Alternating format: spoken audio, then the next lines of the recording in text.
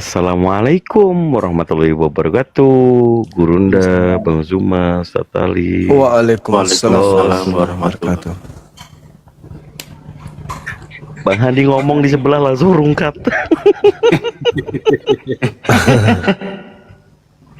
Ini loh Bang Juma. Iya, gimana kan? Kesel gua. Berdasarkan dia survei, begitu ya. Siap.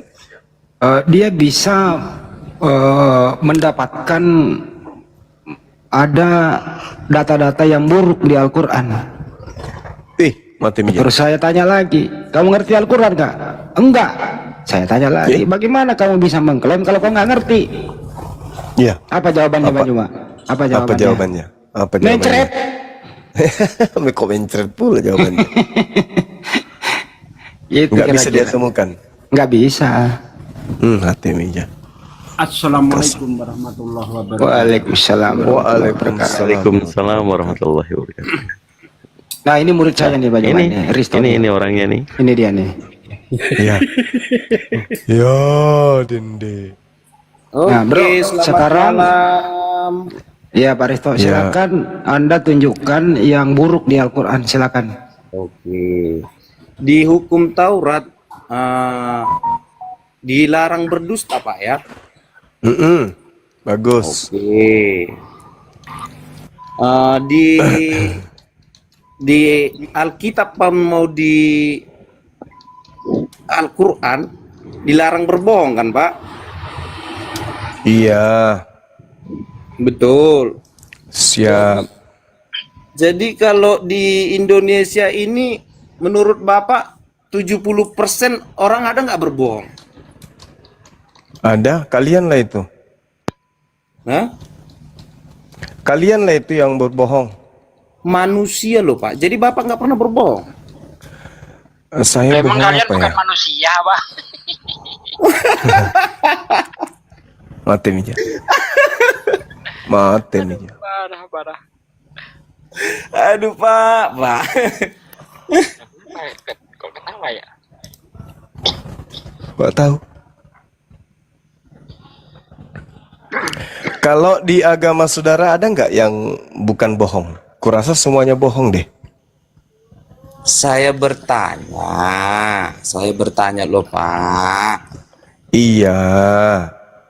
Kan dijelaskan kalau di Alkitab. Jadi saya tidak mengerti Alkitab ini loh. Saya nol ilmu di Al-Quran, nol ilmu.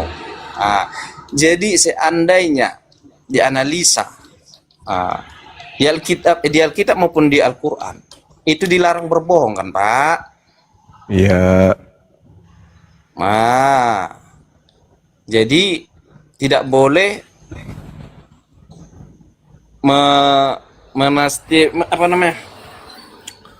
mengucapkan kata-kata yang tidak betul. Iya. Jadi saya bilang tadi, apa adakah 70% di Indonesia ini manusia berbohong? Kata Bapak ada. Betul Apa tidak? maksudnya? Apa maksudnya? Orang, bukan Muslim. Orang. Ya? Manusia. Iya, itu makanya tadi kan saya sudah jawab. Jadi Bapak nggak orang, nggak manusia. Kalian Bapak lah nggak itu pernah kan berbohong. Kan udah aku bilang tadi, Kristen lah itu pembohongnya. Jadi Bapak nggak pernah berbohong. Kalau saya berbohong apa? Hah? Saya berbohong apa?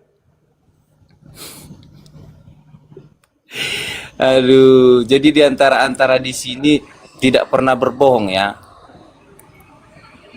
Loh, yang ikut komal apa ini sih, ya. Nara?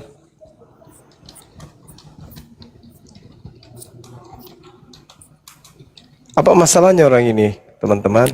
Ada yang tahu? Ya, jangankan kita cuma orang yang dituhankan aja berbohong. Nah, itu dia. Yang kau tuhankan aja berbohong. Siapa? Sadar Jadi yang nggak, Yesus? Hah? Siapa yang bilang? Yesus. Siapa Saya. yang bilang? Saya. Jadi Bapak nggak pernah berbohong. Yesus saja pernah bohong, apalagi saya. Jadi inti maknanya di komal ini apa sih sebenarnya? Intinya ingin menunjukkan Yesus berbohong.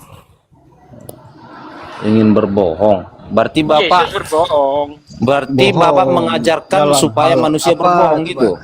Yesus yang ngajarin. Dibilangin Kan kok nggak percaya. saya jawab. Tadi Ya, di iya kan saya koman ini jawab. kita Kan udah mencari saya apa jawab. gitu loh. Nah iya, Yesus Berarti pembohong. Bapak mengajarkan kesesatan Ini gitu orang lah. mabuk ini. Layanlah situ orang mabuk gak jelas ini. Oke, ada yang satunya kita sapa dulu Bang. Yus Tupan. Agamanya apa Bang? Kristen. Oke, dikecilin dikit. Pak Desugi, doubling di middle Pak De. Siap. Yus. Oke, silakan Yus. Oke, aman kah? Aman, silakan. Oke. Apa sih? Oh, Yesus hamba Tuhan. Boleh pertanyaannya?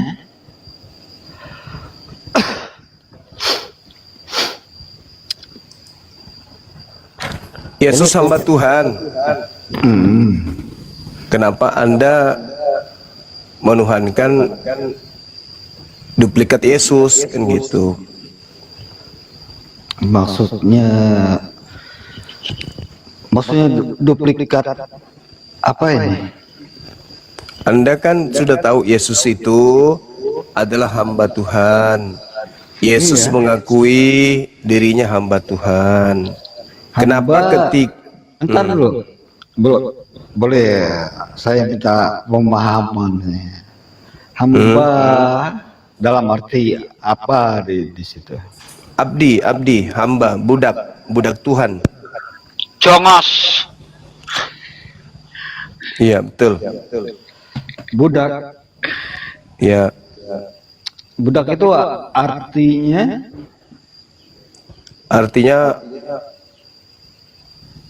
orang yang mengikuti segala sesuatu yang diperintahkan oleh majikan. iya, betul. Ya, terus? Oke, lanjut. Yesus itu adalah hamba Tuhan, atau budak Tuhan, atau abdi Tuhan, atau pesuruh Tuhan. Itu Yesus. Iya. Tetapi Kristen nongol Entar justru menuhankan makhluk yang menduplikat Yesus, gitu, yang berpura-pura jadi Yesus padahal bukan Yesus.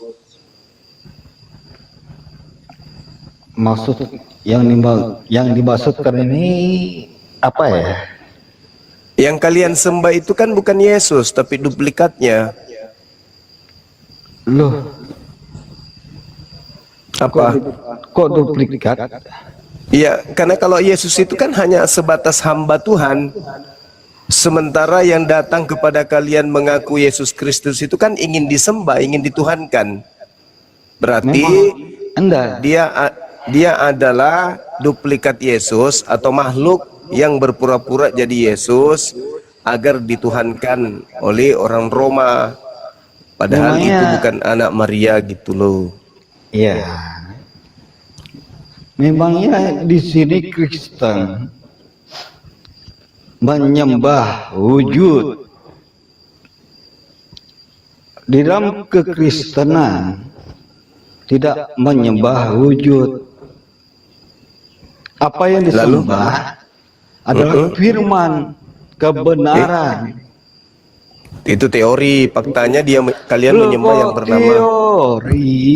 Faktanya kalian menyembah yang datang kepada Paulus, yang datang kepada Ananias, yang datang kepada penulis kitab Wahyu. Itu yang kalian sembah.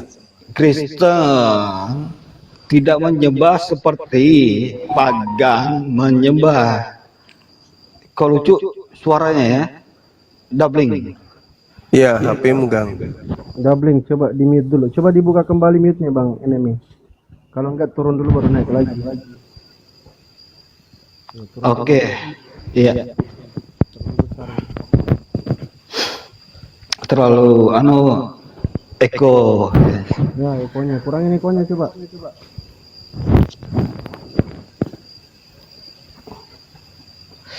Cik. Oke. Agak jelas ya. Masih. Kurangin. Internal play-nya dimatiin. Wah, ini katro ini baru pakai soundcard ya. Iya. Ekonya. Jadi begitu, saudara.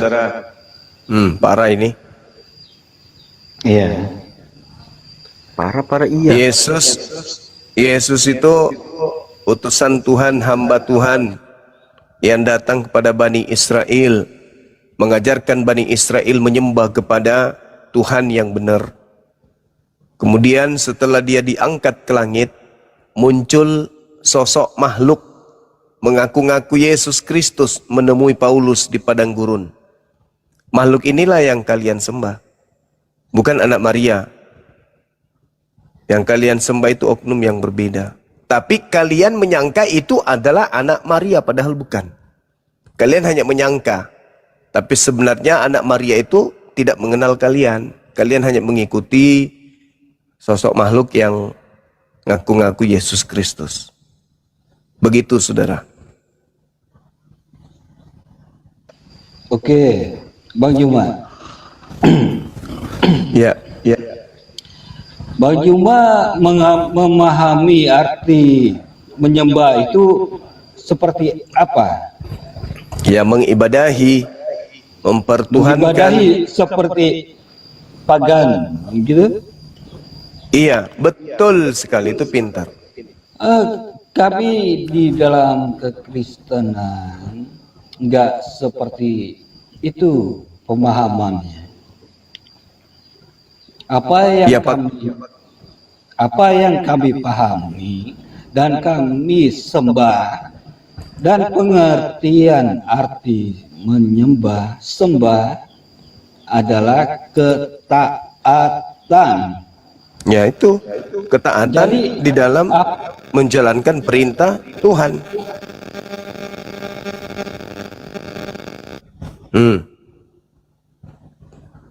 Ketaatan menjalankan perintah.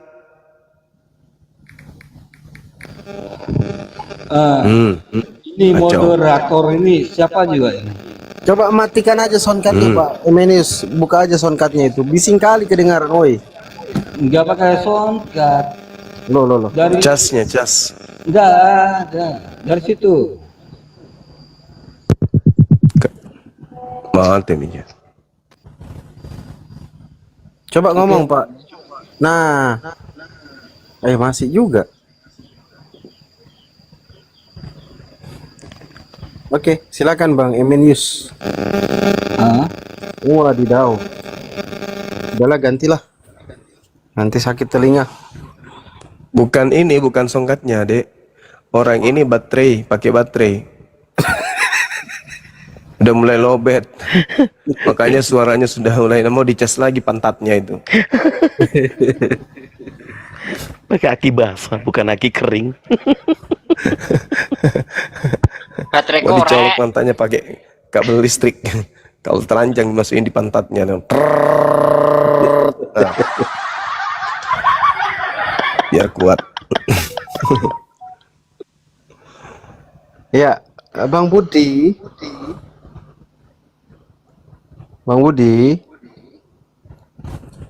Selamat malam. Kang Dito yang sapa, aku doubling kurasa suaraku. Lanjut Kang Dito. Iya. Bang Budi Col Semile. Malam. Bang Col Semile. Kosong dia. Bob Chen. Selamat malam, Bang Bob. Bro, dibuka mic-nya, Bro. Ya, halo. Assalamualaikum. Waalaikumsalam. Assalamualaikum Pak Datuk. Ya, yang muslim silakan, yang sudah salam, ada yang mau sampaikan silakan.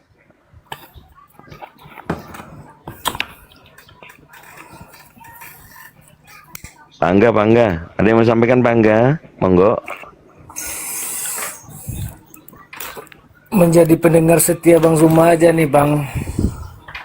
Oke, baik Bang, dibawa dulu ya Pak Angga ya. Oke. Ya, assalamualaikum. Salam. Yang Kristen dulu teman-teman ya.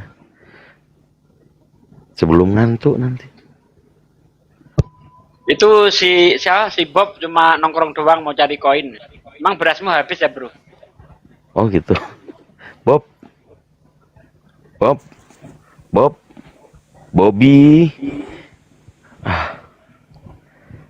Ya, ini Nah, ada dua koin dah cukup ya, Bob. 2 koin dah cukup bagus. Segitunya.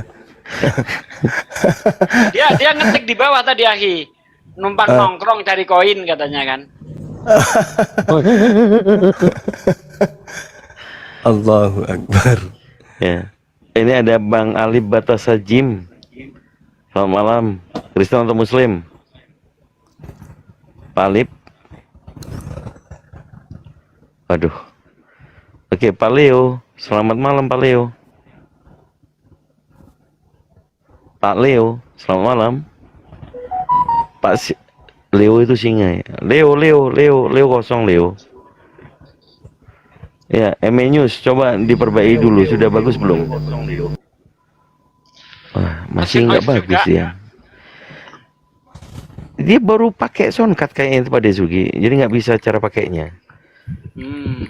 Kaum kosong juga dia. Ayo naikin lagi Pan.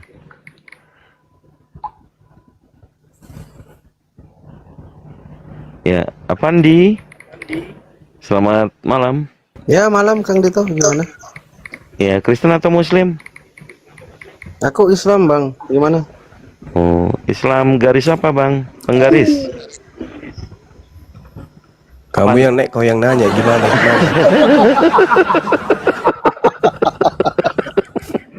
Iya Afandi, silakan. Sopaten. Disapa Kang Dito. Iya, aku udah jawab. Afandi, Muslim, bukan Bang. Pandi Muslim, Ahmad. Bang. Hah? Muslim Bang. Oh, Muslim.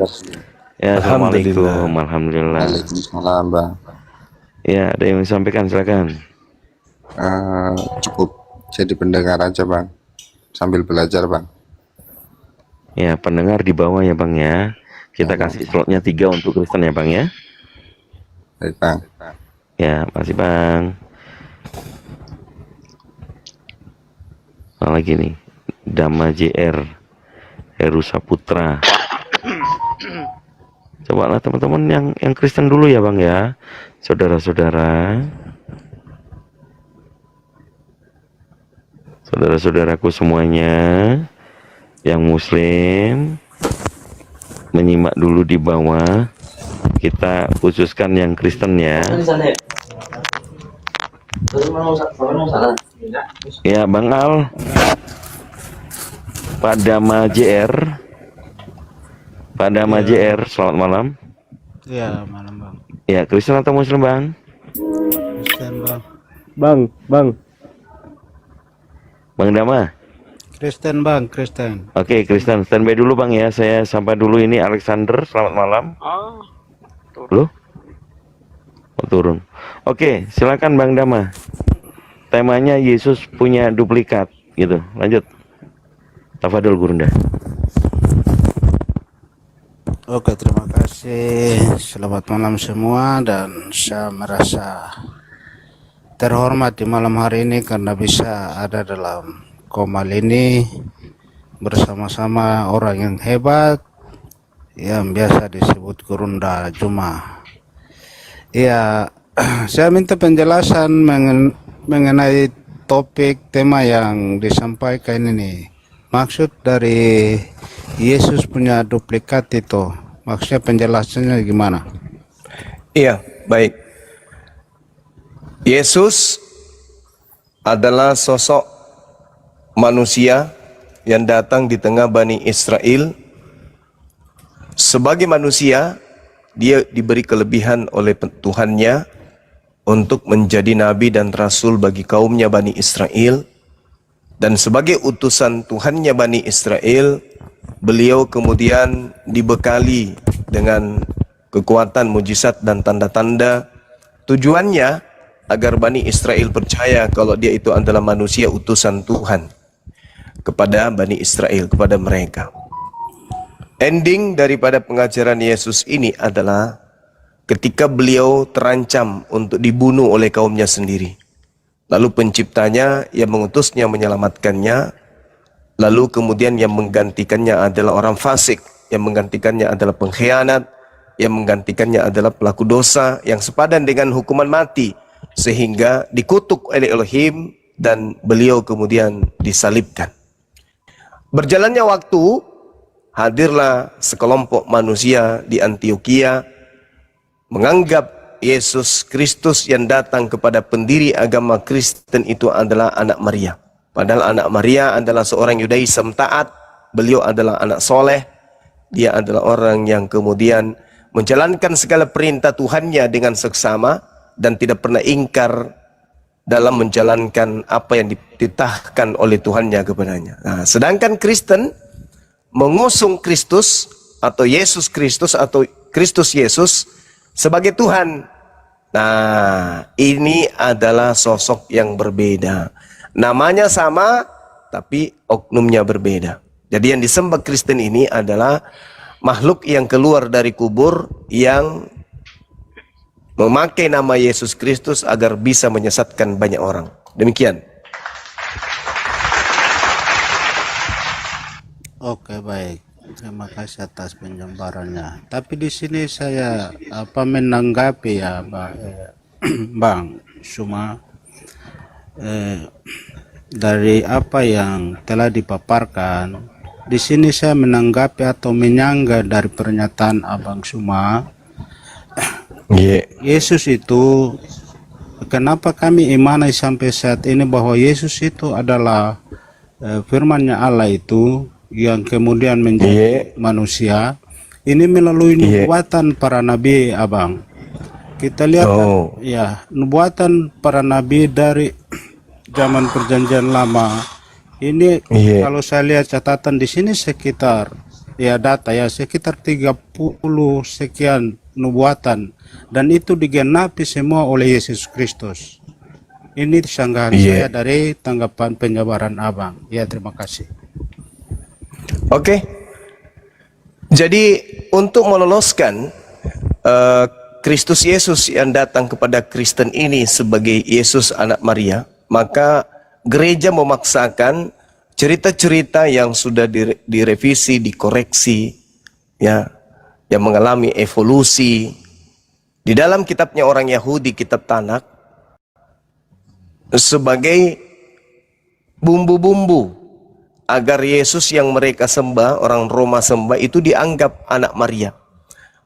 Lalu mengambil cerita-cerita dari kitabnya orang Yahudi ini, dicocok-cocokkan kemudian supaya berkesesuaian. Padahal yang mengetahui tentang kitab Tanakh, isinya, kandungannya, tafsirannya, itu yang punya kitab, yaitu Bani Israel. Ada sebuah tragedi jelas bagi orang-orang yang berakal untuk menguji kebenaran agama Kristen ini terkait dengan nubuat yang biasa digaungkan oleh gereja. Padahal itu hanyalah berita hoaks, pengantar tidur. Dijelaskan di dalam Yohanes 11 nomor 45 sampai nomor 57. Orang-orang Yahudi ahli kitab, orang Farisi, mahkamah agama, imam-imam kepala itu membunuh Yesus bukan karena nubuat. Membunuh Yesus karena iri dengki. Membunuh Yesus karena takut bangsa mereka diambil oleh orang Roma. Tidak ada hubungannya dengan agama Kristen. Tidak ada hubungannya dengan nubuat. Tidak ada hubungannya dengan Yesaya 53, Yesaya 7, 14, 9 dan seterusnya. Itu nggak ada. Tapi Kristen membumbu-bumbuhi konsep Romawi pagan untuk supaya diterima oleh khalayak banyak dengan menggunakan kitabnya orang Yahudi dan mencocok-cocokkan, menyambung-nyambungkan. Itu nggak ada hubungannya sebenarnya. Jadi yang tahu kitab Tanakh, yang tahu kitab Taurat itu adalah yang punya kitab. Sedangkan Kristen jangankan tahu, membacanya saja nggak bisa. Jadi istilah Yesus mati menebus dosa, Yesus mati, disalib, bangkit, itu menggenapi nubuat. Itu alat untuk dipakai Kristen zaman dulu, sebelum Bang Suma lahir. Zaman dulu, sebelum apologet Islam Indonesia lahir. Jadi itu dijadikan sebagai bahan jualan untuk dipromosikan kepada orang-orang yang awam. Tapi sekarang promosi itu udah basi, udah usang. Karena kita sudah membongkar Bible dan ternyata yang punya kitab membunuh Yesus, ya, berupaya membunuh, menghilangkan Yesus, melenyapkan Yesus karena takut bangsanya dirampas oleh penjajah Romawi, bukan karena dosa waris. Jadi Kristen ini cuman akal-akalan doang demi untuk menjalankan misi penyembahan terhadap makhluk padang gurun yang datang kepada Paulus yang mengaku sebagai bintang timur yang pernah mengatakan akulah awal dan akhir, padahal itu bukanlah anak Maria. Demikian. Oke, baik Gurunda. Saya terima penjelasan itu karena saya bisa menerima itu karena beralasan bahwa dari pakar-pakar atau para ahli-ahli kitab Kristen yang kemudian mereka membalikan kebenaran. Tetapi di sini saya mempertanyakan terkait dengan para sejarawan yang menceritakan tentang sejarah penyaliban Yesus, dan ini sejarawan ini bukan orang Kristen atau orang Yahudi tetapi orang Romawi yang mereka membunuh Yesus. Ini gimana nih Gurunda? Gimana? Penjelasan dari Bang Suma tadi, Alkitab telah dirubah oleh gereja atau oleh para pakar orang Kristen, ya saya bisa menerima itu. Artinya supaya membenarkan apa yang mereka sampaikan. Tetapi di sini ada sejarah yang mencatat tentang penyaliban Tuhan Yesus, dan sejarah ini ditulis bukan orang Yahudi atau Israel tetapi orang Romawi. Gimana ini tanggapan atau penjelasan dari Bang Juma? Iya, jangankan penulis sejarah atau tulisan-tulisan mereka yang dianggap bersejarah, kitab yang kalian anggap firman Tuhan saja itu tidak identik dengan sejarah yang sesungguhnya. Apalagi penulis sejarah itu bukan nabi, bukan rasul. Sehingga catatan-catatannya tidak bisa dijadikan sebagai standar. Apalagi yang Anda katakan penulis sejarah itu adalah orang-orang yang identik dengan kekristenan, yang ingin kemudian menjalankan misi kekristenan. Jadi sejarah yang menopang tentang kejadian peristiwa yang diceritakan di dalam Bible itu dituliskan oleh orang-orang yang punya kepentingan untuk agama Kristen atau kerajaan Romawi pada masa itu. Jadi itu tidak ngefek terhadap keadaan yang sesungguhnya. Bible telah memuntahkan isinya. Banyak orang yang melihat kebesaran daripada Tuhan yang melakukan mukjizat melalui perantaraan Yesus. Kemudian setelah melihat itu, apa yang Yesus lakukan, termasuk membangkitkan Lazarus, saudaranya Maria, mereka datang melapor kemudian kepada imam-imam kepala mahkamah agama, kepada orang Farisi. Setelah mereka menerima laporan, mereka kemudian rapat. Apa yang harus kita lakukan? Kalau kita biarkan Yesus melakukan sesuatu yang luar biasa di tengah-tengah umat, maka orang akan semakin banyak percaya kepada dia. Dan kalau itu terjadi, maka penjajah Romawi akan datang merampas tempat dan negara kita atau bangsa kita. Imam kepala angkat bicara, kalian tidak tahu apa-apa dan kalian tidak insaf. Adalah lebih baik ya Yesus mati daripada seluruh umat Israel itu mati binasa.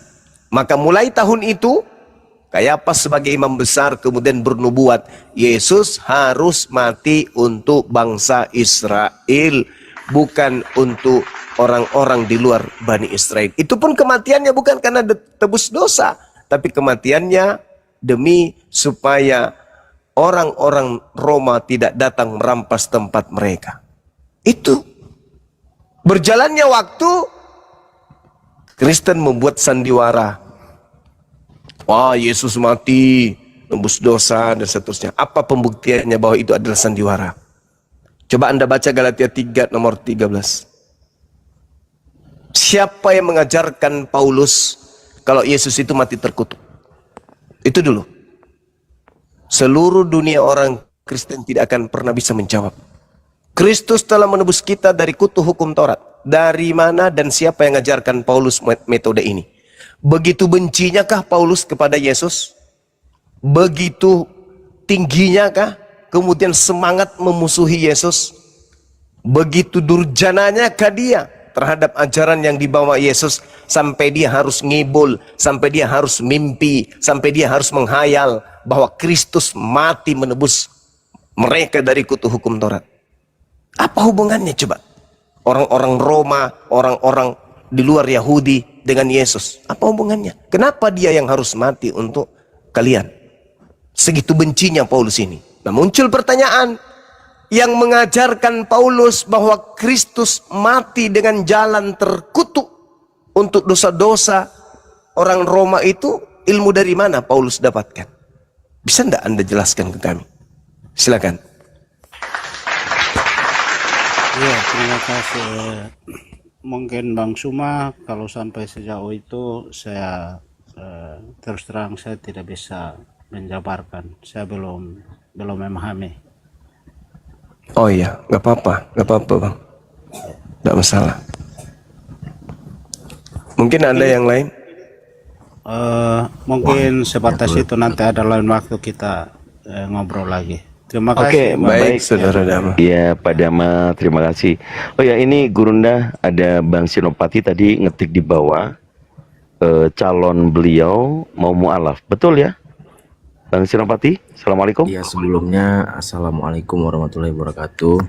Waalaikumsalam. Waalaikumsalam warahmatullahi wabarakatuh.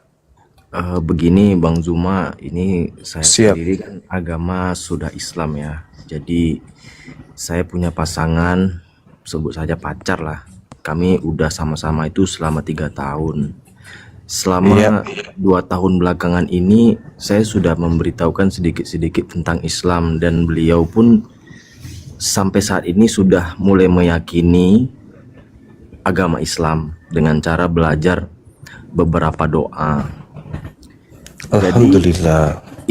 Jadi saya tadi tuh cari-cari gimana apa bisa kita tuh syahadat di ruang live seperti ini kemudian sah gitu. Iya, bisa Bang. Sah. Nah, saya sampaikan itu ke pasangan saya. Cuman dia agak ragu karena dia bilang kenapa tidak harus di tempat beribadah gitu. Apakah nanti syahadatnya sah apa gimana gitu. Iya, kalau sah. Itu udah pasti sah. Nah, sekarang kalau misalnya risih, boleh Bang. Mungkin ada masjid yang dirasa lebih afdal. Tapi saran kami, cari masjid yang punya surat keterangan, yang bisa memberikan surat keterangan mu'alaf. Oh gitu. Tapi kalau misalkan dari Bang Zumanya untuk memu'alafkan, apa bisa nanti ada surat keterangan mu'alafnya? Ada. Kita resmi. Yayasan kami itu resmi dari negara. Oh, dengan cara menunjukkan Jadi, KTP ya? Iya, KTP-nya diserahkan ke kami. Nanti kami buatkan kemudian sertifikat berdasarkan identitas tersebut. Kebetulan saya Begitu. lagi sama pasangan saya sih sekarang ini. Oh, iya. Ibaratnya apakah bisa dibantu mu'alafkan gitu, Bang Zuma? Bisa. Itu bagian dari tugas kita untuk mempermudah saudara-saudara non-muslim untuk masuk agama Islam. Nanti untuk data KTP-nya saya kirim kemana ya? Itu berupa foto, file atau? Foto aja, dipoto dengan tanda tangan di atas kertas putih supaya nanti tanda tangannya kita masukkan ke dalam sertifikatnya. Bisa menghubungi Bang Handi atau Dinda Fandi atau ini ada ketua kita di sini, ketua Dinda Alif. Jadi untuk proses mu'alafnya nih Bang Zuma, apakah saya harus tunggu setelah komal Bang Zuma apa gimana? Di sini bisa, saat ini juga bisa. Oke, sebentar saya mute dulu ya Bang Zuma, saya obrolin ke dia, memastikan dia bahwasanya saya tidak ada paksaan di sini buat dia gitu. Karena sebelumnya dia beragama Buddha, Bang Zuma. Baik. Oke, saya turun dulu Bang Zuma, nanti saya langsung. Silakan Bang. Silakan. Terima kasih Bang Zuma dan abang-abang. Terima kasih Saudara Senopati. Waalaikumsalam warahmatullahi wabarakatuh. Masya Allah ya, Masya Allah. Pak Dama mungkin mau juga kirim KTP-nya juga Pak Dama. Tadi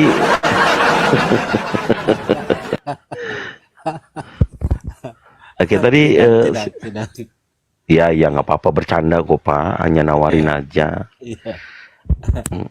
Ya jangan, bahaya. Nanti gereja kosong, nggak boleh, jangan ya. Iya. Ya mungkin gitu aja Bang. Saya turun dulu, nanti ada lain waktu kita bisa ngobrol lagi. Oh, siap. Baik Pak Dama. Ya, selamat malam Pak Dama. Hati-hati di jalan, awas jatuh. Ya buat saudara Kristen. Yang tadi. Iya, ini ada opung disapa. Nanti saya naikin yang lain Kang Dito. Oke. Opung Batubara. Selamat malam. Ya, selamat malam. Assalamualaikum warahmatullahi wabarakatuh. Waalaikumsalam warahmatullahi wabarakatuh. Ya Bang, ada yang juga mau syahadat Bang? Saudaranya? Maksudnya Bang? Tadi kan ada saudara Muslim kita juga naik memberitahukan ada yang mau mu'alaf. Anda naik orang Muslim, saudara kami juga, ada yang mau disampaikan, silakan. Sebenarnya gini sih, pengen dapat pencerahan yang lebih banyak aja dari para apologet Islam, dari ustadz-ustadz, gimana supaya orang-orang Muslim yang awam kayak seperti saya biar teguh imannya gitu, biar tidak mudah terpancing emosi juga sama orang-orang non Muslim gitu.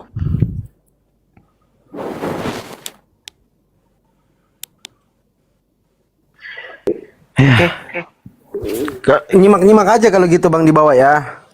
Belajar-belajar dibawa, nyimak-nyimak biar kita naikkan teman-teman Kristen. Izin saya turunkan opung Batubara ya. Oh iya Bang. Biar kita naikkan teman-teman Kristen sambil nyimak-nyimak. Iya. Di komal-komal lintas agama. Iya Bang, siap. Terima kasih. Assalamualaikum warahmatullahi wabarakatuh. Waalaikumsalam warahmatullahi wabarakatuh. Santai bro, selamat malam. Santai bro. Selamat malam. Kristen, Muslim? Kristen, Pak. Oke, silakan. Temanya Yesus punya duplikat, silakan. Yesus punya duplikat. Saya nggak ngelihat Pak, saya nggak bisa bilang dia punya duplikat.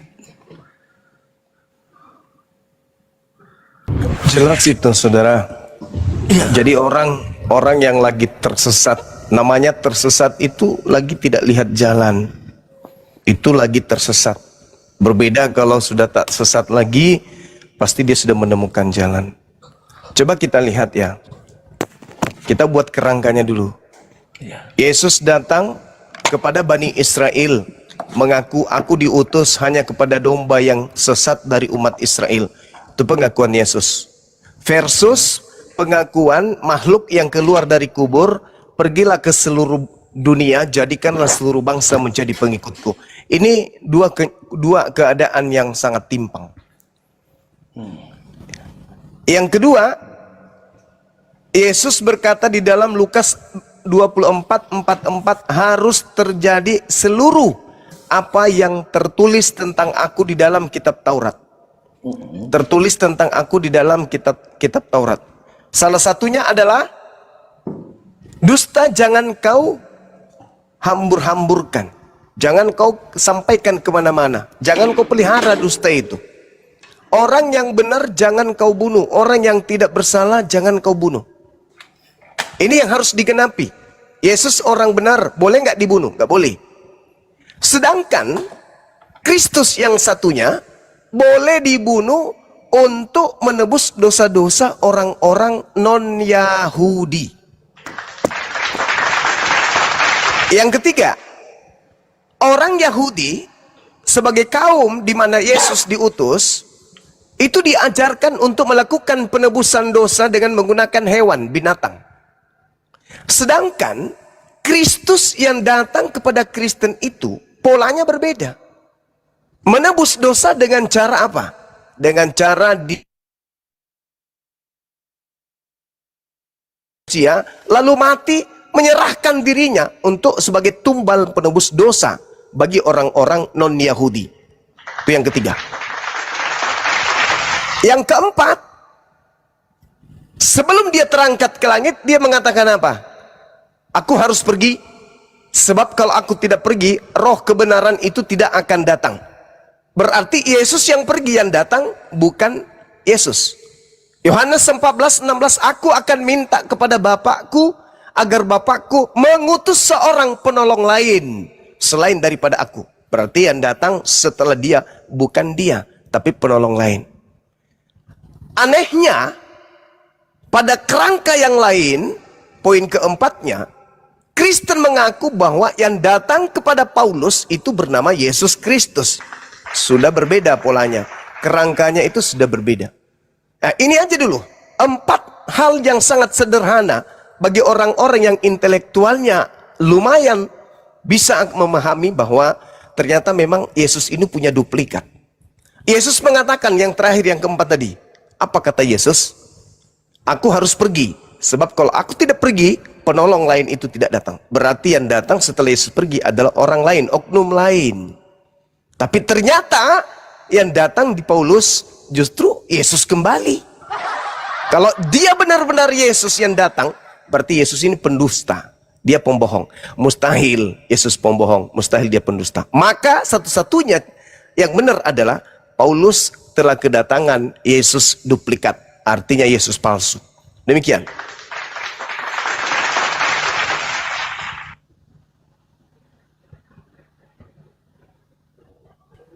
Bang Santai silakan. Oke Mas, terima kasih penjelasannya. Sekali semuanya mungkin nggak bisa dijawab. Satu-satu saya jawab ya Pak ya. Poin Boleh. satu tadi ya, poin 1 menarik tuh. Anda mengatakan bahwa Yesus berkata, aku hanya diutus untuk domba-domba yang hilang dari bangsa Israel. Oke, benar perkataannya. Kemudian konteks perbedaannya adalah ketika dia bangkit, dia mengatakan pergilah ke seluruh dunia. Nah, itu berarti ke seluruh orang. Konteksnya sederhana sebenarnya Pak. Karena pada waktu dia mengatakan aku hanya diutus kepada bangsa Israel, itu konteksnya ketika orang di luar Israel meminta mukjizat. Ya, bukan hal yang lain. Pada waktu itu perempuan Kanaan itu Sirofenisia minta kepada dia, tolong anakku sakit. Jadi yang dijawabnya itu adalah mukjizat itu hanya diberikan kepada orang Israel. Kenapa? Tuhan itu bukan datang untuk jago-jagoan atau yang lain, tetapi dia ingin menunjukkan bahwa yang mengenal dialah yang dapat mukjizat. Kalau enggak, bisa aja dia datang ke China, Jepang atau yang lain berlakukan mukjizat. Hal itu tidak akan dimengerti oleh mereka siapa dia, kenapa dia bisa melakukan mukjizat. Konteksnya jelas. Yang pertama itu tentang melakukan mukjizat. Sementara Yesus sendiri mengatakan, inilah darahku, darah perjanjian yang ditumpahkan bagi banyak orang untuk pengampunan dosa. Di situ tidak disebutkan sama sekali kesukuan Israel tentang penebusan dosanya. Jadi tujuannya adalah, tujuannya utama, kalau mukjizat pasti dilakukannya untuk orang Israel. Kenapa? Karena sia-sia dia melakukan mukjizat kalau nggak tahu arti kenapa dia bisa melakukan mukjizat, kenapa dia melakukan itu. Karena dia melakukan hanya untuk orang Israel yang mengerti. Nah, sementara untuk keselamatan dia berikan untuk semua. Jelas dikatakannya, inilah darahku, darah perjanjian yang diberikan kepada, yang ditumpahkan bagi banyak orang untuk pengampunan dosa. Ya, jadi itu poinnya satu, jelas ya Pak ya, beda. Oke, apa kita bahas selanjutnya atau saya tanggapi itu dulu. Oke, silakan Pak. Iya. Jadi kalau hanya sudut pandang itu saja, ya bisa lolos. Hanya saja sayangnya, ketika Yesus mengatakan dia diutus hanya kepada domba, di situ Yesus menyatakan dengan sangat valid, di luar domba adalah anjing. Lagi-lagi orang non-Yahudi ini ketika menyatakan dirinya mengiyakan setelah dikatakan anjing oleh Yesus, Yesusnya bukannya menimpali dengan mengatakan, oh tidak, karena kamu percaya maka kau sudah jadi pengikutku. Enggak, malah dikatakan apa? Imanmu besar. Yesus mengatakan, ibu anjing. Si anjing mengatakan, betul, aku memang anjing. Yesus mengatakan apa? Top markotop, jempol buat ente, imanmu besar, jadilah seperti apa yang engkau inginkan. Jadi wanita tadi berubah nggak jadi domba? Enggak. Selama-lamanya dia lidahnya menjulur. Siapa yang memberikan tulang, itu yang dijilat. Kemudian di ufuk yang berbeda, Yesus mengatakan kepada ke-12 muridnya, jangan ente ke bangsa lain. Jadi nggak bisa. Kehadiran Kristen itu hanya karena Paulus. Kalau nggak ada Paulus, nggak ada Kristen. Galatia 1:15, aku diutus kepada non-Yahudi. Kalau kita melihat seluruh ucapan murid Yesus, sayangnya nggak ada murid Yesus yang menulis Bible. Lukas bukan murid Yesus, penulis Matius bukan murid Yesus, Yohanes juga bukan penulis Yesus. Apalagi Markus, apalagi Paulus. Sayang sekali, nggak ada murid Yesus itu yang mengaku diutus kepada non-Yahudi. Hanya Paulus. Aku diutus kepada orang-orang yang tidak bersunat. Aku diutus kepada non-Yahudi. Yang utus apa? Yang utus adalah Yesus duplikat. Yesus palsu. Ada nggak murid Yesus diutus untuk non-Yahudi? Nggak ada. Nggak ada. Oleh karena itulah kemudian saudara, ketika Yesus berpesan dia diutus hanya kepada domba yang sesat, Yesus pun berpesan kepada ke-12 muridnya, jangan ke bangsa lain yo. Jangan. Kalau kamu taat kepada aku, ya nggak mungkin kamu ke bangsa lain. Makanya ada Yahudi, ada Kristen. Kenapa? Karena ada dua Yesus. Yesus yang pertama mengajarkan tentang Yudaism. Mereka menjalankan hukum Taurat. Matius 23, nomor 1, nomor 2, nomor 3. Jangan kau mengikuti. Sebab orang-orang ahli kitab dan orang Farisi telah menduduki kursi Musa. Dengarkan apa yang mereka ucapkan, jangan kau ikuti apa yang mereka kerjakan. Sebab mereka mengucapkan kata-kata hukum Taurat, tetapi mereka tidak mempraktekkan. Jadi Yesus mengajarkan untuk mempraktekkan hukum Taurat. Sedangkan Kristen adalah orang yang sudah didoktrin dan didogma bahwa jika ada kebenaran di dalam hukum Taurat, maka sia-sialah kematian Kristus. Di dalam Galatia 2 nomor 21. Kamu lepas dari kasih karunia jika kamu mengharapkan ada kebenaran di dalam hukum Taurat. Galatia 5 nomor 4. Makanya Kristen itu di Galatia 5-nya nomor 1 dibebaskan dari hukum-hukum Taurat. Makanya Kristen bukan lagi hamba Tuhan, tetapi tetap aja menghamba. Oh, ternyata hamba Kristus. Jadi gitu saudara. Jadi Yesus tidak pernah merubah kemudian konsep domba dan anjing. Yang ngaku-ngaku dan yang percaya kepada Yesus pada zamannya dianggap anjing, nggak pernah berubah menjadi domba. Jadi kalau hari ini ada yang percaya ngaku-ngaku sebagai pengikut Yesus, jangankan ente yang hidup 2000 tahun, yang berhadapan langsung kepada Yesus aja hanya diberi titel anjing. Demikian Bu, silakan. Oke, terima kasih. Terima kasih tanggapannya, mantap. Penjelasannya sederhana Pak. Pada waktu dia mengutus murid pertama kali, ada 70 murid yang diutus. Dia tidak menyuruh kepada bangsa lain karena mereka bukan memberitakan keselamatan, tetapi memberitakan mujizat. Sama dengan yang dilakukan Yesus. Tetapi setelah dia naik ke surga, yang diberitakan adalah keselamatan. Beda konteks yang dijalankan. Pada waktu mengutus 70 murid yang dilarang menyimpang kepada bangsa lain itu melakukan mukjizat itu sebelum Yesus mati dan memberikan darahnya untuk pengampunan dosa. Setelah dia mati dan memberikan darahnya untuk pengampunan dosa, yang diberi tugaskannya kepada muridnya adalah pergilah ke seluruh dunia, beritakanlah Injil kepada segala makhluk. Jelas, tujuannya itu jelas. Mukjizat dibuatnya bukan sembarangan pada waktu memberikan mukjizat pada waktu itu karena hanya orang Israel yang mengerti, tetapi ketika dia telah memberikan jalan keselamatan itu untuk seluruh bangsa. Dan kedua, tadi Anda mengatakan bahwa tidak ada satu pun murid Yesus yang memberikan memberikan Injil kepada bangsa-bangsa lain. Anda mungkin kurang baca, Anda mungkin pernah tahu tentang yang namanya Cornelius. Cornelius itu langsung Petrus loh yang memberikan penginjilan kepada dia dan membaptis malahan. Nah, di situ disebutkan bahwa di Kisah Rasul 10:45 ada dikatakan, dan semua orang yang percaya dari golongan bersunat yang menyertai Petrus tercengang-cengang karena mereka melihat bahwa karunia Roh Kudus dicurahkan ke atas bangsa-bangsa yang lain juga. Anda mengatakan bahwa tidak ada satupun murid Yesus yang menyeberang ke bangsa lain. Cornelius itu orang Itali, perwira Itali, dan dia diselamatkan, diutus oleh Tuhan khusus kepada Cornelius. Itu Pak, jadi semua yang Anda katakan tadi terbantahkan dengan jelas. Silakan Pak. Oke, baik. Lagi-lagi Anda membawa sesuatu yang Anda kira bisa membersihkan wajah Anda. Maaf, yang Anda gunakan itu hanyalah air comberan untuk mengelap keringat yang ada dalam wajah. Kisah Para Rasul 10 yang Anda bawa itu melanggar etika di dalam berpikir. Apalagi runtutannya adalah tentang agama. Kenapa? Paulus sebagai pendiri agama Kristen yang pertama kali sebagai tokoh yang diikuti oleh non-Yahudi di Antioquia, Turki, itu mengatakan di dalam suratnya kepada orang yang ada di Galatia.